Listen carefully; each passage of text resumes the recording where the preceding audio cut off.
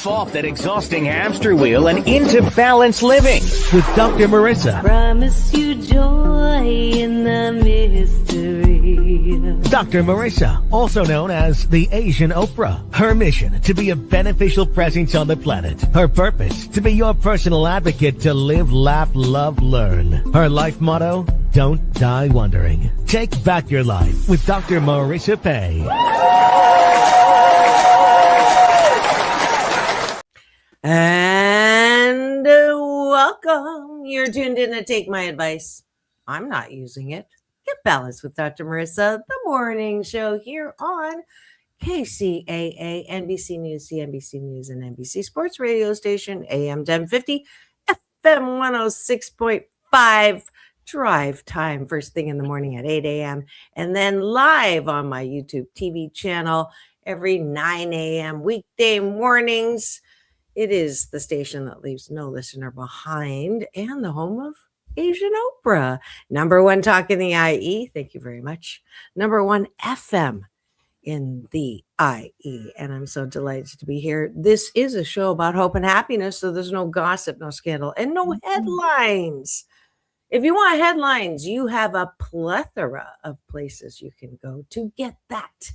But I don't want you to have a case of the 4 A's: angry, afraid, anxious, or annoyed. Therefore, we don't talk about headlines here because it is not what is going on. It is what the producers who know that you want to be shocked and awed so that you will stay on that channel to listen to the commercials.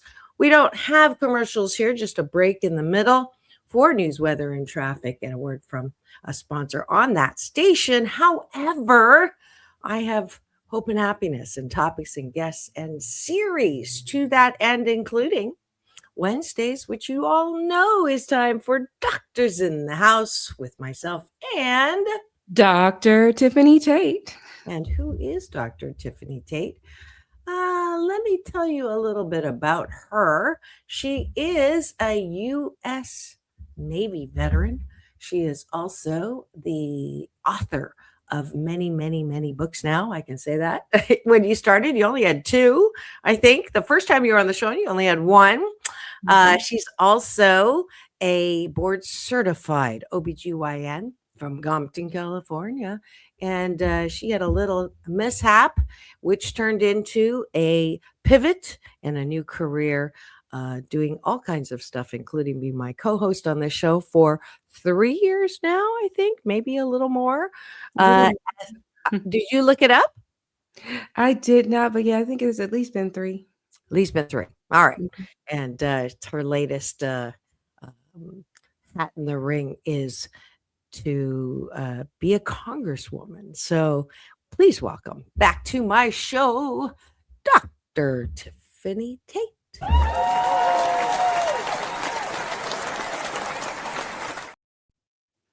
Good morning. Happy Wednesday and good morning, everyone. I hope you're ready to have a fun-filled Wednesday. Whoop, whoop. Let's start with breakfast. Sorry, no Uber Eats to your house. However, we always take a bite of my gratitude sandwich first thing in the morning. That means every show starts with looking at around you, top of the bun. What are you grateful for outside of yourself? Bottom of the bun. Before you go to bed at night, what are you grateful for inside of yourself? And that's our good life habit, #Blisscipline, that I like to start every show with. So Dr. Tiffanie, outside of yourself, what are you grateful for? I have had a very busy week and I have delved into my educational aspect of myself. So I have put on my teaching hat for this past week and I have been loving it. I started out teaching the family practice residents and we delved into abnormal uterine bleeding, people.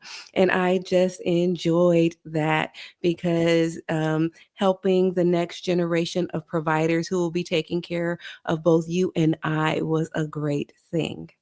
Fantastic.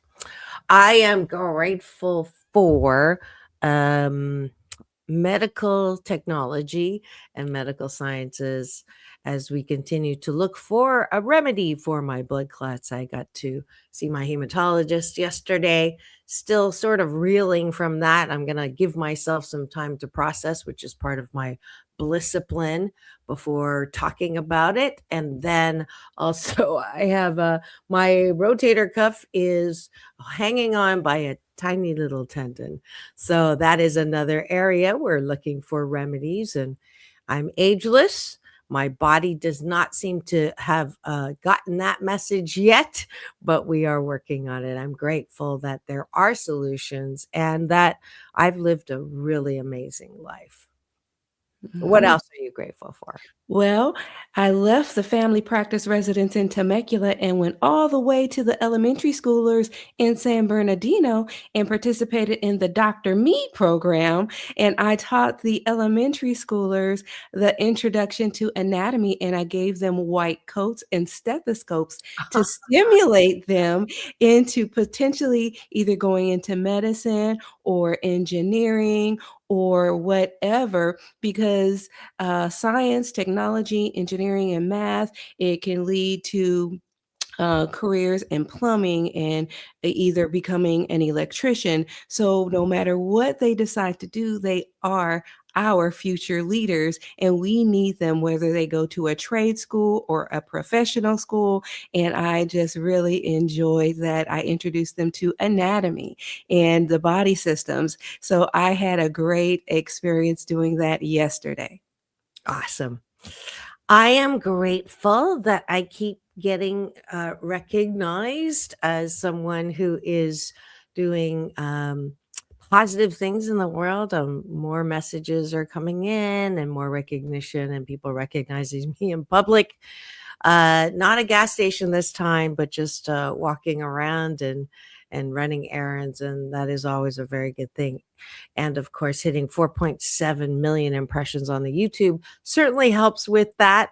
As I think it was probably once a year when someone would say, or once a month, someone would say, "You look familiar." And now it's pretty much a weekly or more thing. And for that, I am truly grateful. Not that I'm any press is good press. I don't believe in that.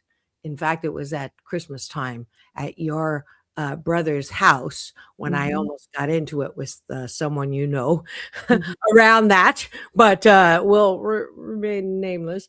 And I absolutely am grateful that people are open, no matter what their political leanings, no matter what their religious leanings, the happiness and care and kindness, that because it makes you feel good, are topics that I'm known for and that people are open to. So for that, I'm truly grateful.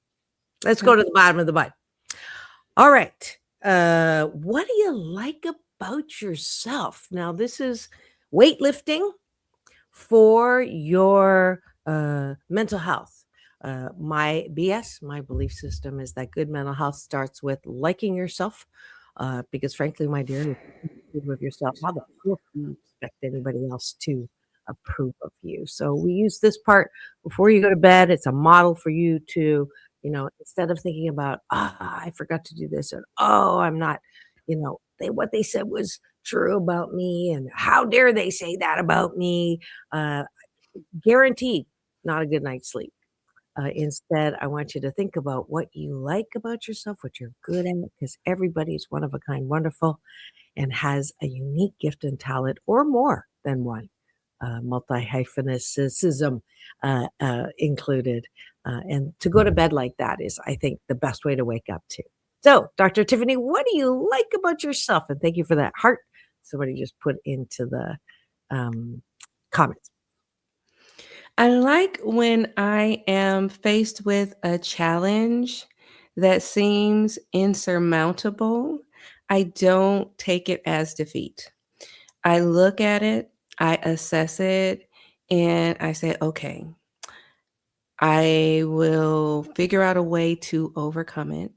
It's just an obstacle, but all obstacles can be overcome. We just have to take our time, assess the situation, take a breather, and figure out how this challenge can be overcome.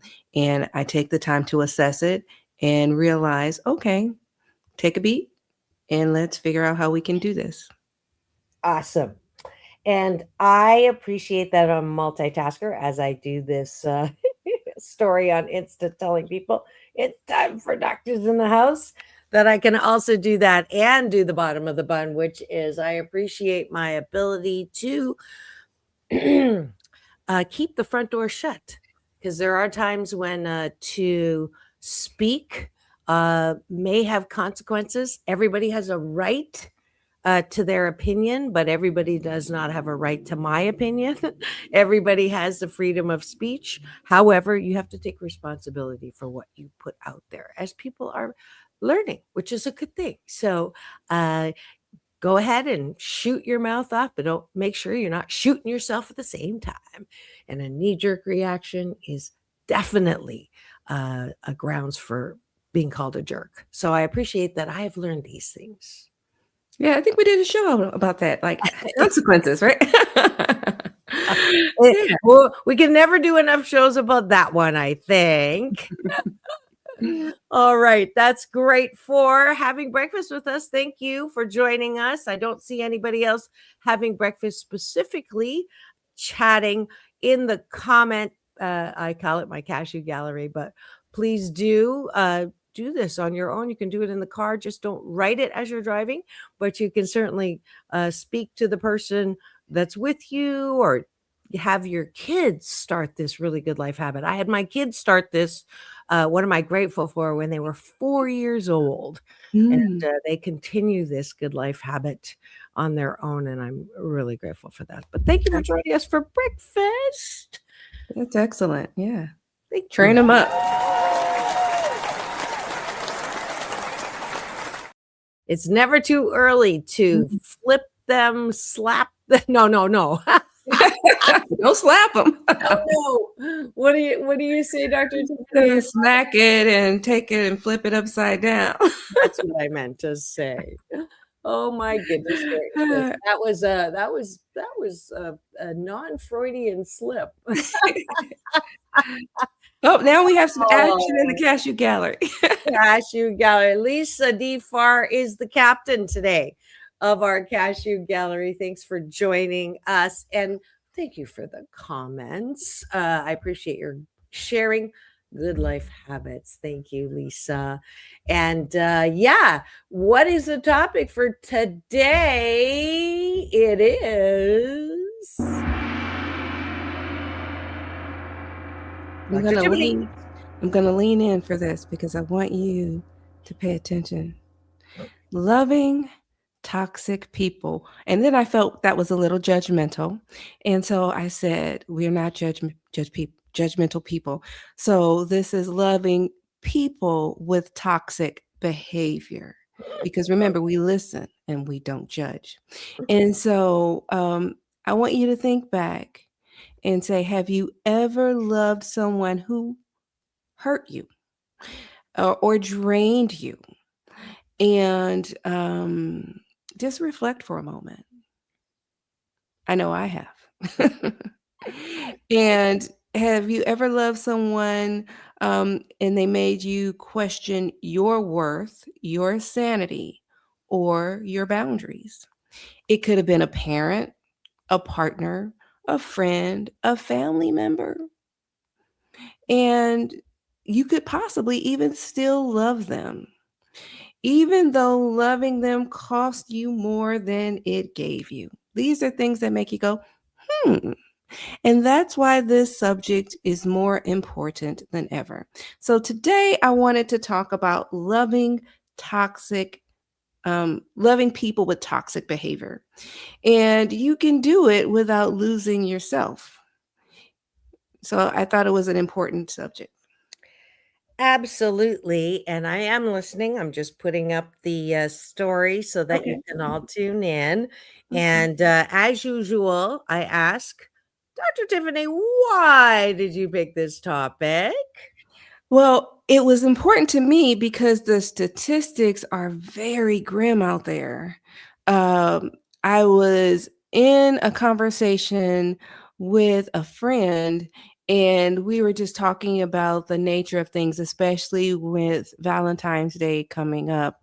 And we were talking about how dysfunctional relationships are and why people love the way that they do. And we were talking about how friendships can be toxic and how relationships can be toxic. And so I decided to look it up. And the statistics were so staggering. I was blown back.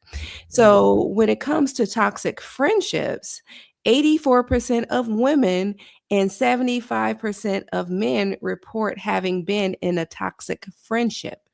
Hmm. I was like, wow, wow, wow, wow. And then when it comes to romantic relationships, just or unhealthy relationships, it ranges from 50 to 60%. That's more than half, 60%.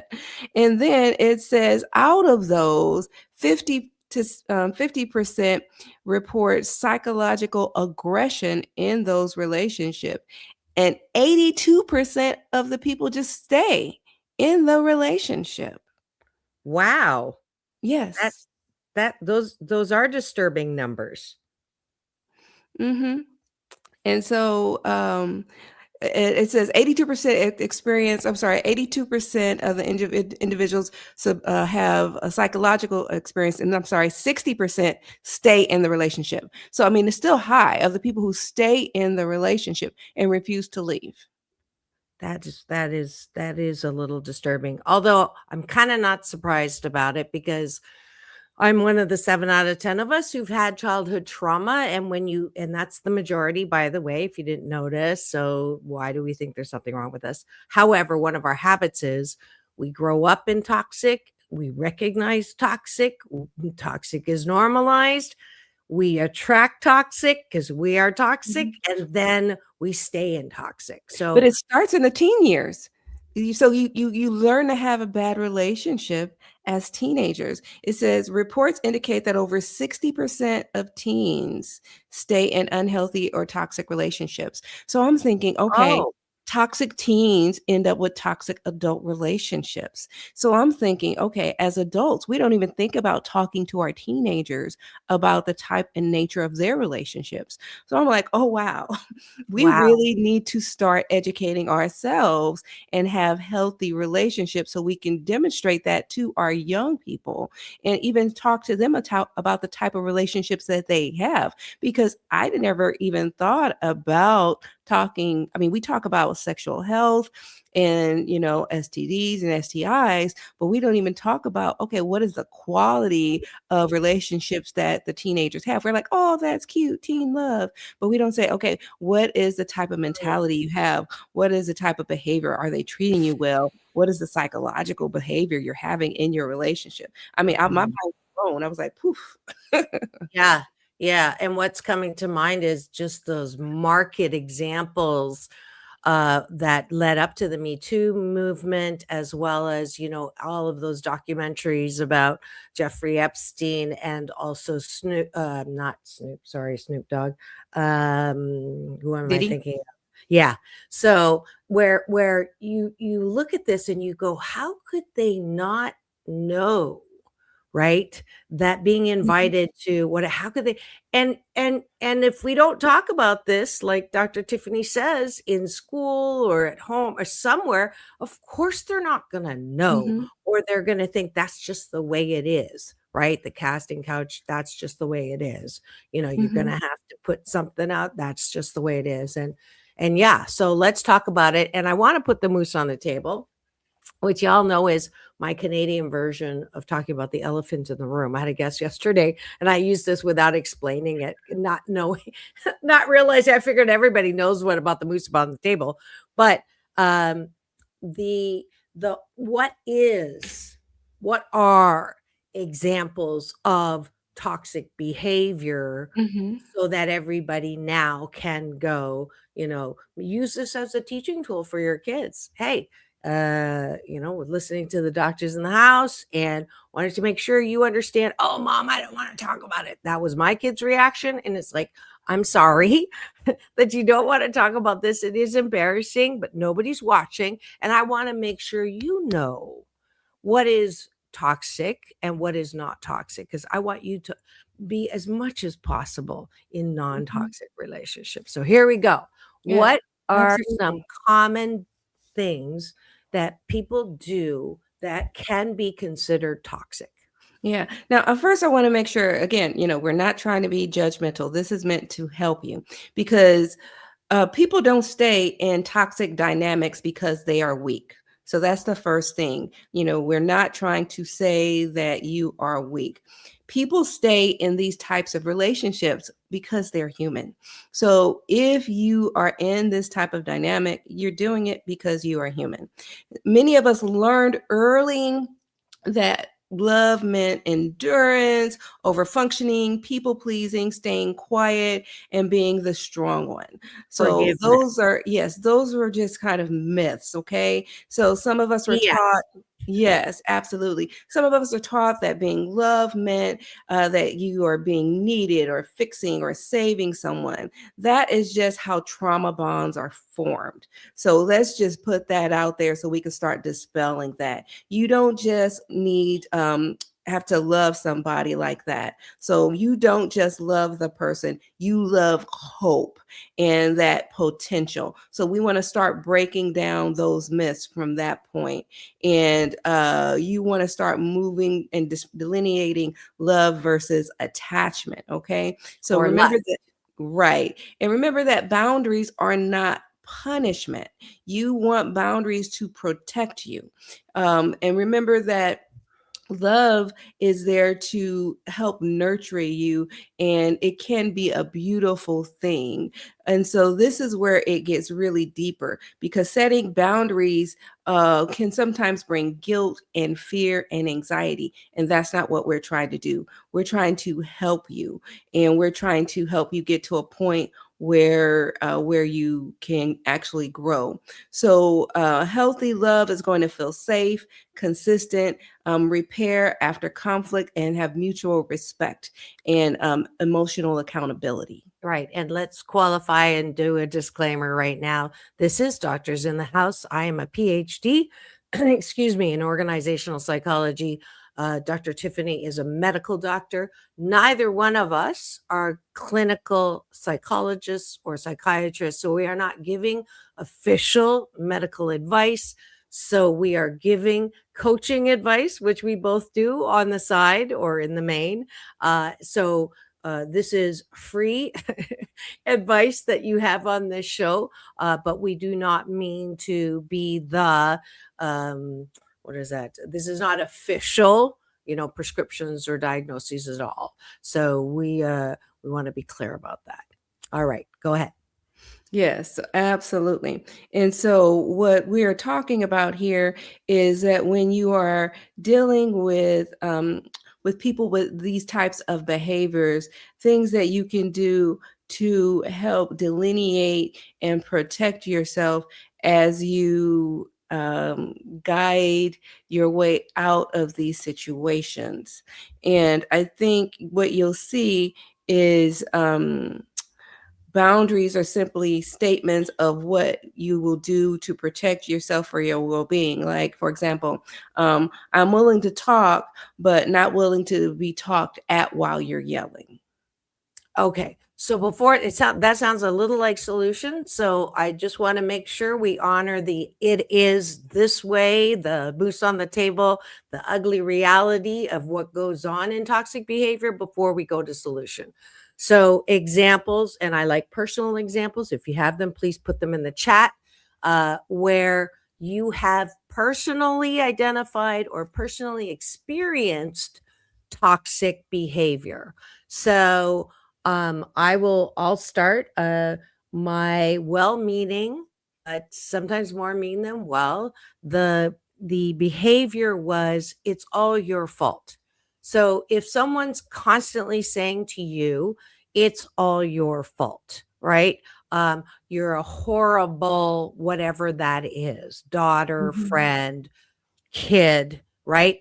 And constant criticism, not balanced out by any positive anything. Um, Being told that you're crazy, constantly being told you're crazy. This is all toxic behavior that you may be experiencing and thinking it's normal. It is not normal. It may be normal in the sense that it's happening all the time, but it is a belief system, BS, that is based on because you are a child, because you are uh, a junior before, because you don't have the experience. This can be from a boss. This can be from your primary caretaker. That because someone's older, they have all the answers and you know nothing. And or as I grew up in my culture, as well as the religion, parents are meant to be obeyed. Parents know everything. You are bad if you do not make them happy. And that BS, that belief system will lead to acceptance of toxic behavior. Or if they're very critical, always passing judgment on others, always passing judgment on you. They have no flaws. People always say flawless, but sometimes they say that, but they don't really truly mean it. But they're very hypercritical of other people. Have you had that in your experience? I want to make this Okay, I'm trying to say, grounded. I've had people try to manipulate me. Okay. I have, I don't think people have really passed judgment on me per se. Maybe behind your back. Yeah, probably behind my back. If they did it to my face, I probably tuned out and ignore them. My ears just have this thing where they just tune out. I don't have that. I can hear all criticism, even if I have 99 compliments and one criticism, my mind goes there. And I have a very strong MSU University making shiitake up, that even if I'm not being criticized, I make it up in my head that someone, if they didn't smile at me or weren't nice to me, that I've done something to make them in touch with their piss offedness. So I don't, I should, or I could learn to do that, but I'll be honest. Yeah. So if somebody's always hyping and criticizing, I mean, it's different if it's constructive criticism, but if it's like, oh well, this person looks better than you, or you definitely need to lose weight, or blah this. I mean, if it's not constructive criticism, and if they're always comparing you to somebody else, and they're passing judgment on you, that's better. I think I've been guilt tripped before. I think that's my issue. People have tried to guilt trip me. People have tried to gaslight me, and people have done the silent treatment with me. That has been the issue with me. And they've done an example the of victim. guilt Yes. trip. Give me an example of making me feel guilty for not doing something. Well, you gave money to such and such. Why can't you give money to me? Or you did X, Y, and Z for such and such. Why can't you do that for me? And I'm like, so the manipulation aspect is there, and I think sometimes people will lack empathy, and that is a big red flag as well, where they have trouble understanding your feelings. That is another form of an issue there as well. I've had people who have had empathy for other people and zero empathy for me, and I've been completely blown away. Yeah. Just now there's a siren. That's always a sign that what's being talked about at that moment is true and the truth. So that was when Dr. Tiffanie was talking about that. Lisa, I watched a documentary called Stolen Youth, where a man turned a group of young college students against their parents. I was amazed at how easily accomplished taking over their minds and lives. And absolutely great example of exactly what I was just talking about. The parents, if you are not teaching your children something, then someone else will. And Mhm. that's an example of that, as well as Jane Elliott. I've had her on the show. She's the teacher who taught kids what it's like to learn how to be prejudiced and discriminate, because you're not born with it, by using collars, brown-eyed, blue-eyed. One group wore collars, the other one didn't. And within less than a day, uh, people with brown eyes were discriminating against people with blue eyes like that. So it's very quick, right? So the power of the influence from toxic people is something definitely to be very cognizant and wary. And that's why we're talking about it. Great topic, Dr. Tiffanie. I look at the time. It is time for a break for news, weather, and traffic on my NBC News Radio side. And a word from our sponsor. So don't go away. We'll be back with more Doctors in the House with myself and Dr. Tiffanie Tate. don't go away. We'll be right back in 2 and 2. That's what Chuck Woolery used to say. I say peace in, peace out. Don't go away. We'll be right back.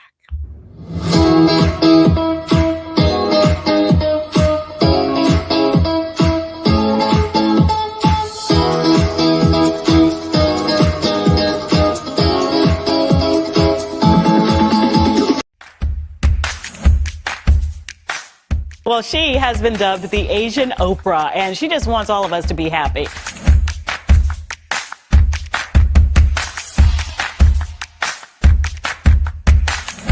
Dr. Marissa, aka the Asian Oprah, says the most important thing you can choose is choosing to be happy. You are tuned into my weekly talk radio TV show called Take My Advice. I'm not using it. Get balanced with Dr. Marissa.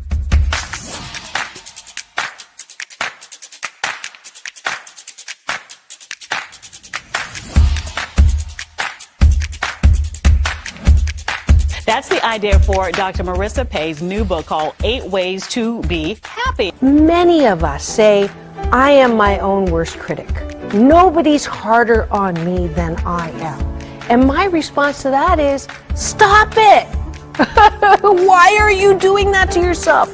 You have to be your biggest fan, because if you can't at the end of the day say, I did a good job, who is? We don't have to constantly be angry at the things that are wrong. Why don't we choose to be happy about things that are right? We have the choice. That's our muscle.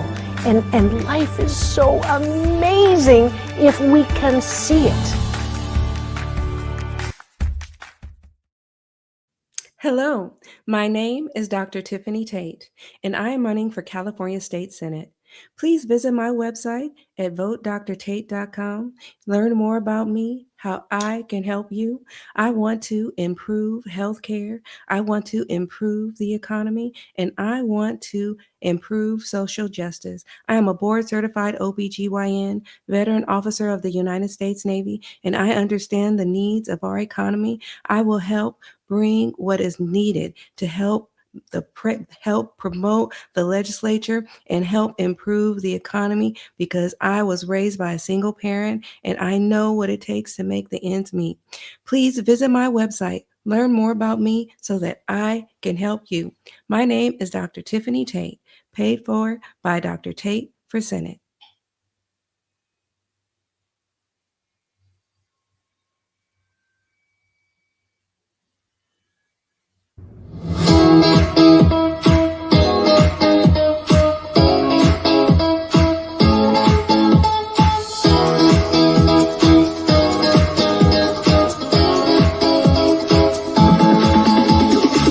Take back your life with Dr. Marissa Pei. And welcome back. You're tuned in to Take My Advice. I'm not using it.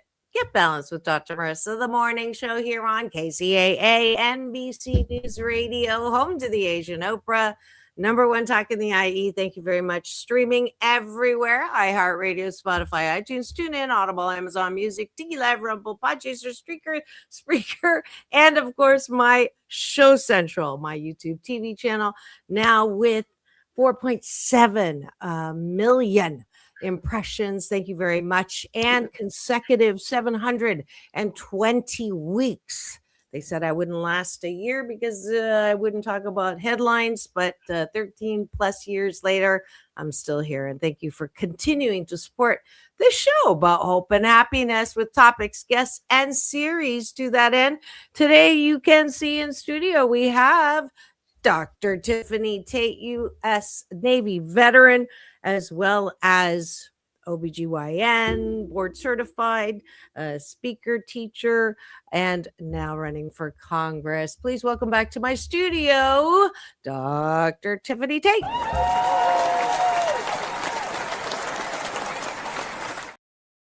Hey. Welcome back. And what is our topic today, Dr. Tiffanie?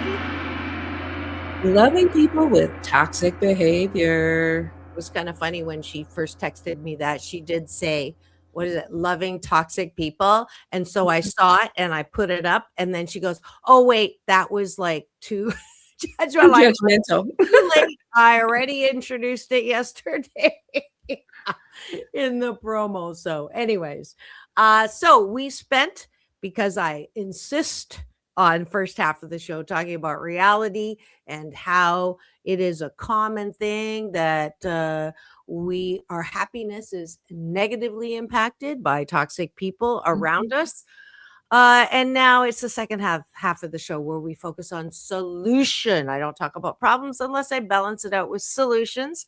So Dr. Tiffanie, who does great research every week when she brings topics, what are they saying on how to deal with or get your happiness back even while with toxic people? Well, the first thing is to make sure you identify what you're dealing with, because there's a difference between love versus attachment versus enabling.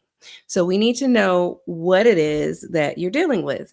So let's separate the three things that often get confused, because love is wishing someone well while honoring the truth.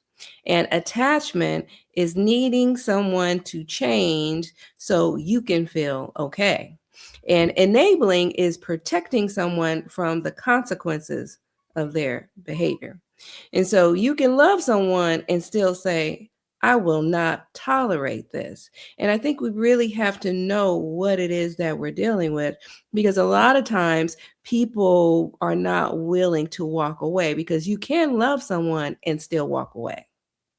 Yes, absolutely.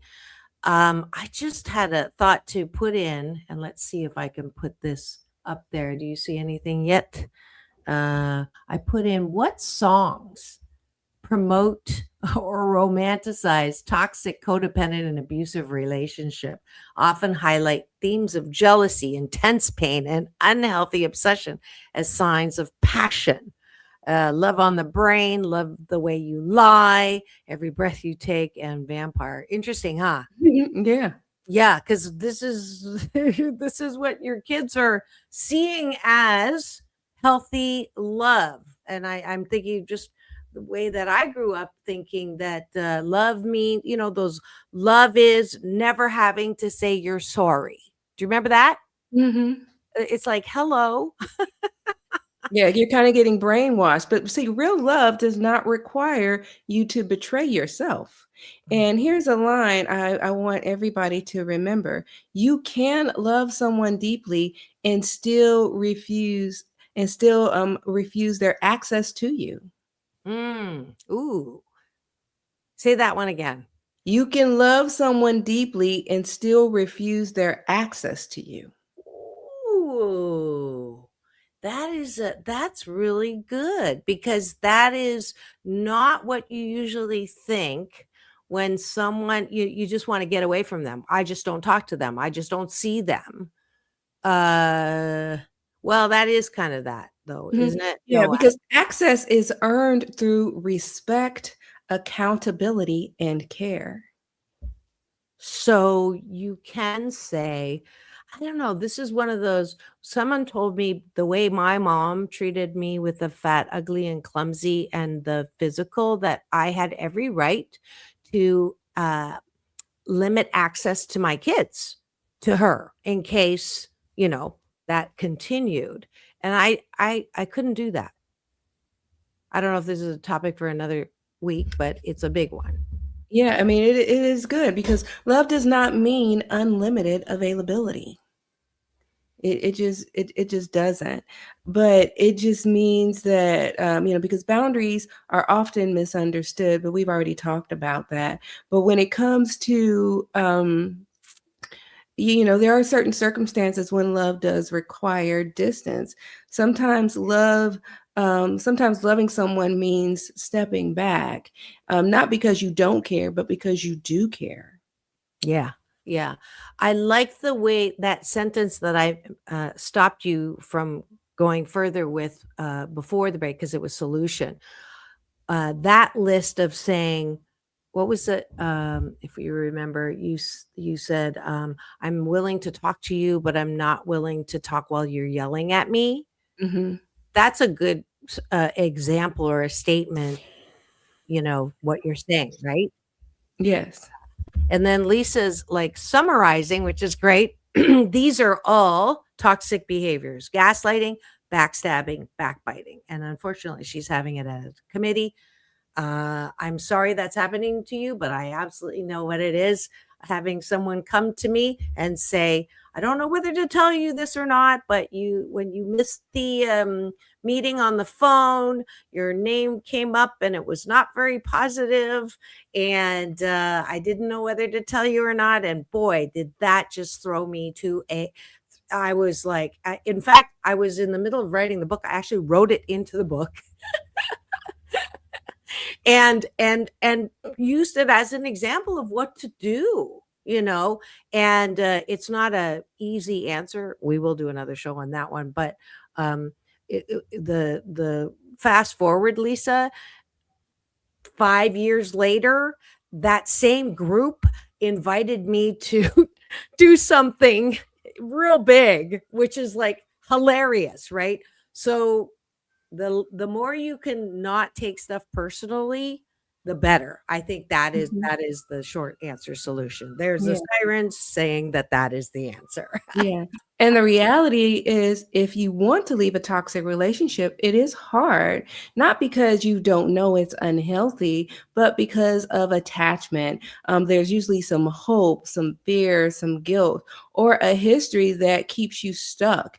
And if you're even asking this question, there's already says that there's something important embedded in it. And so, but there's a practical way to approach it. First, get clear with yourself.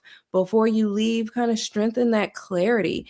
Ask yourself, if nothing changed, could you live like the way you're living for the next 5 years? We can't hear you, Doc. That it was extra siren, so I just okay. muted it for a second. So if you've just tuned in and wondering what's going on in studio today, this is Take My Advice. I'm not using it. Get Balanced with Dr. Marissa, the morning show, and very special Wednesday series called Doctors in the House with myself and Dr. Tiffanie Tate. We're going through solution now for how to love people who are toxic. And Dr. Tiffanie, can you go back to that list? I really did want to hear that list, the first one that I stopped you from saying because it was solution, like statements you can make. Do you remember that, or is it gone? No, because I usually keep notes to prompt me. Right. Before the break or after? The first thing you started going in on how to deal with toxic people. It was solution, so I pushed it to now. But now you can't find it, so that's what I get for stopping that first flow. But it was like, how can you love toxic people from afar, I guess, was the original question. So how do you deal with, and so we're talking about, is there a balance between completely cutting them out of your life, right? Mm-hmm. Or completely letting them destroy your life? So where, I'm all about balance. So where is that balance? And yes, because you can definitely love toxic people and basically just saying, say, okay, for example, establishing the boundaries. So yeah, when loving them with boundaries. So by saying using the boundaries, because boundaries aren't punishment and boundaries are often misunderstood. That's the one. So establishing the boundaries within the relationship, because you don't use them as ultimatums, you don't use them as threats, and you don't use them as punishments. They're just statements that you want to use within the relationships to protect your well-being and just you. So for example, you'll say, I'm willing to talk, but not while I'm being yelled at. Yes, that's the one. Okay. Mhm. Are there more like that? Yes. And so if this conversation becomes disrespectful, I'm going to leave this room and return after you calm down. Or I won't continue explaining my boundaries to you at this moment. Because at this point, you're not trying to control them. You're just taking responsibility for yourself. So important. So important. I've mastered the art of saying, that's interesting. I never looked at it that way. I'm sorry. There's a call I have to take. Mhm. I'm sorry. I have to use the ladies' room. I've gotten really good at that because I know that I don't like what's going on. And the likelihood of me getting them to understand what's my point of view is 0 to none. And that's wisdom there, right? That's the serenity prayer.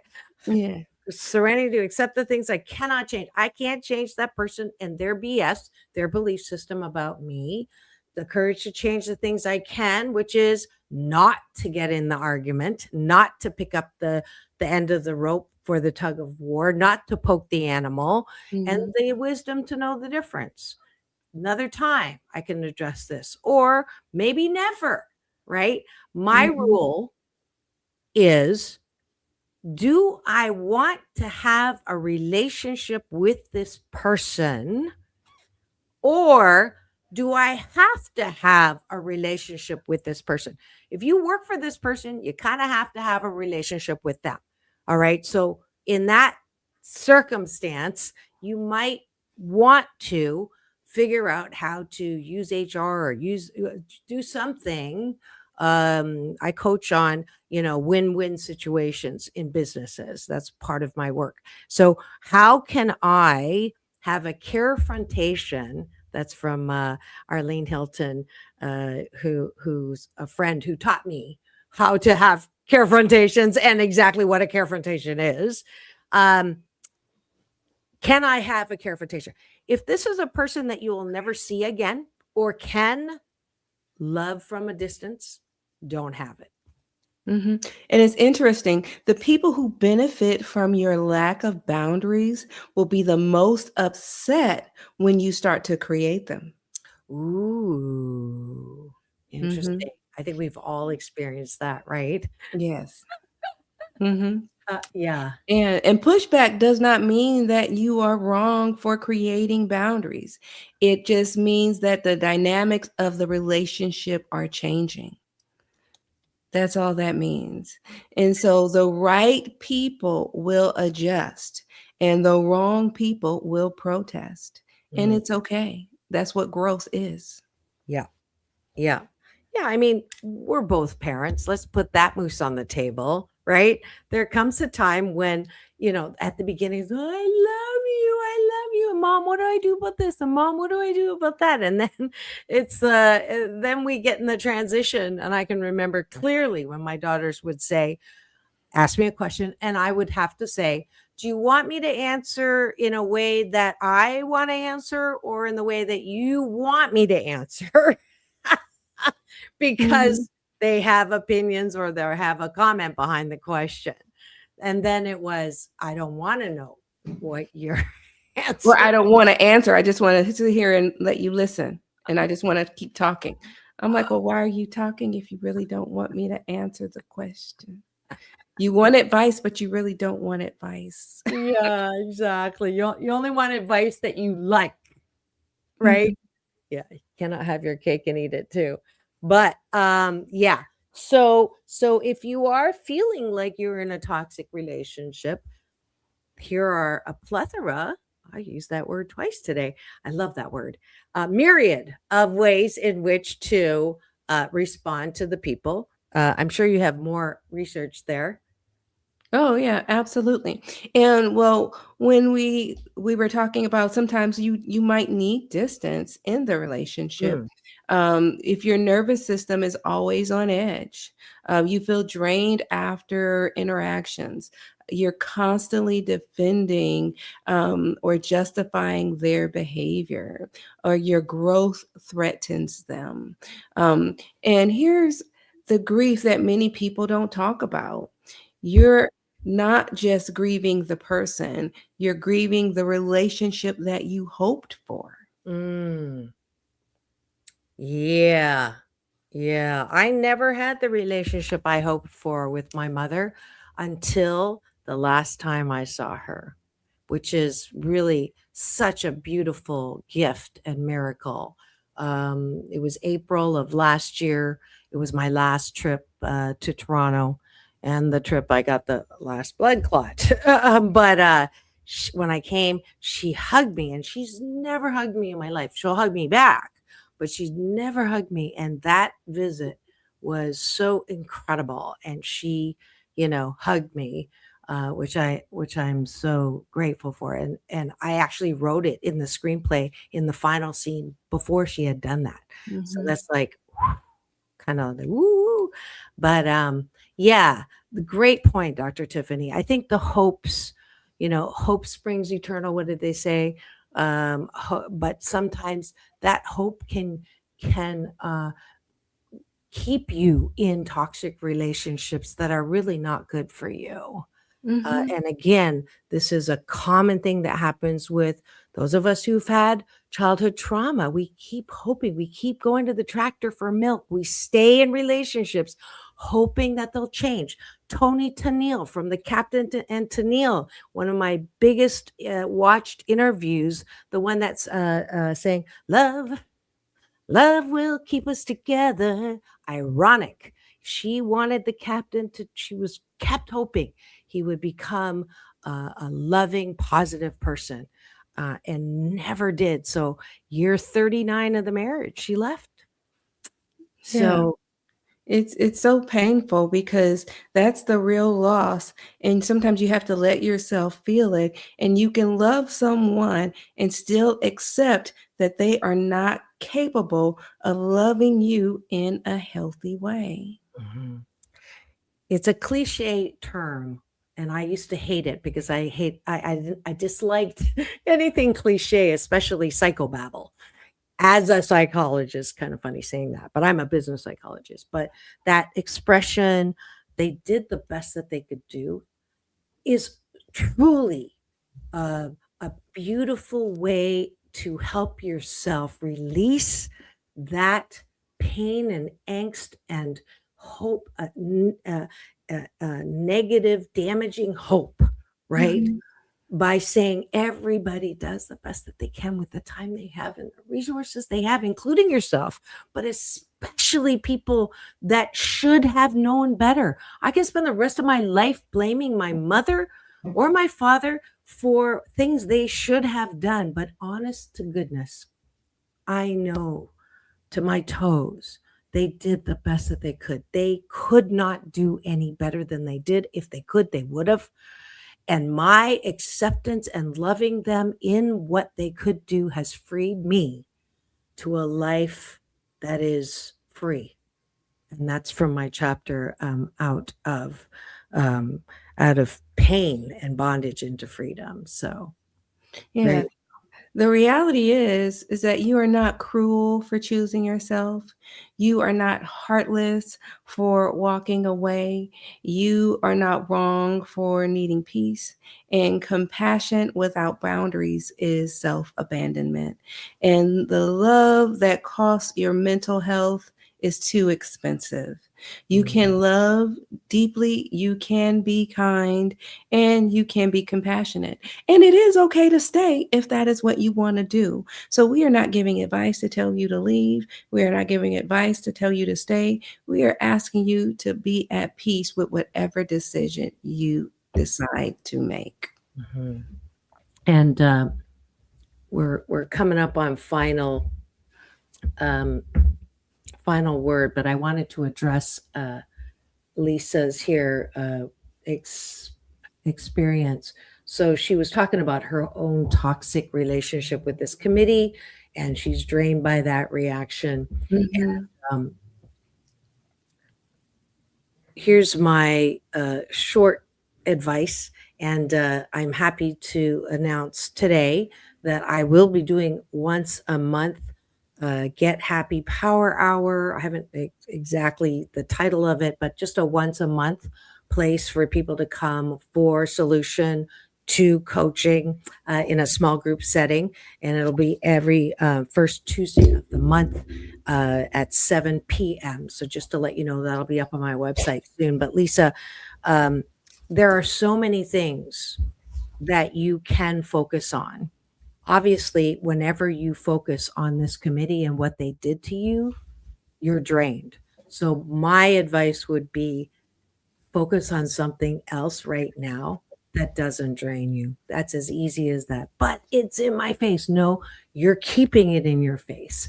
You keep it in the forefront of your attention, which is your choice. So that is my, until we see each other on Tuesday, March the 3rd, that is certainly anybody can reach out to either one of us for coaching because we both do it. But that is, I heard your scenario, so I wanted to address that. Dr. Tiffanie, what's your final word? My final word, I'm going to say a quick little poem because I haven't done one in a long time from poetry. Yeah. So it's going to be love. And that's just the name of it. There's nothing that you can do to ever make me stop loving you. There is nothing that you can say to ever drive me away. My love is forever. Forever I will love you. My love is forever. Forever I will love you. So just one of my more optimistic loves, not love by humbug. I think I read that one last year. I decided to not be bitter.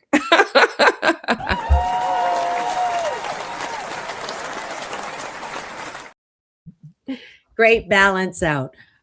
We have been talking about love that is not so pretty, but beautiful poem by Dr. Tiffanie in her poetry collection called Flow Tree.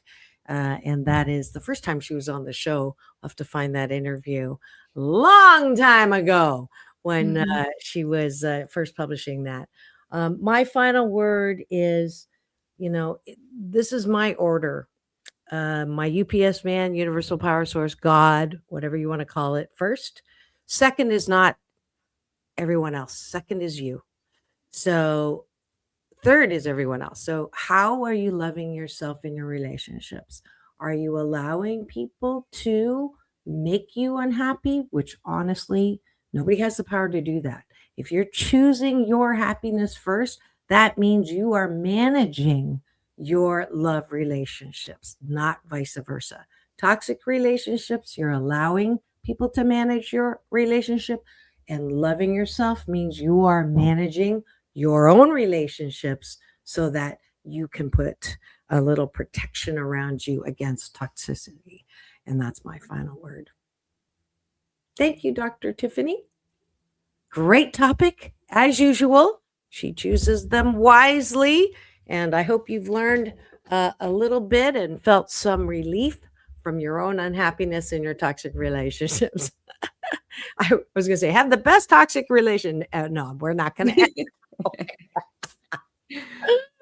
It's all about balance, folks. Peace in, peace out. World peace through inner peace. Dr. Tiffanie, take us out.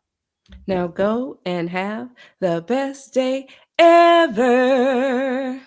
I'll see you guys tomorrow.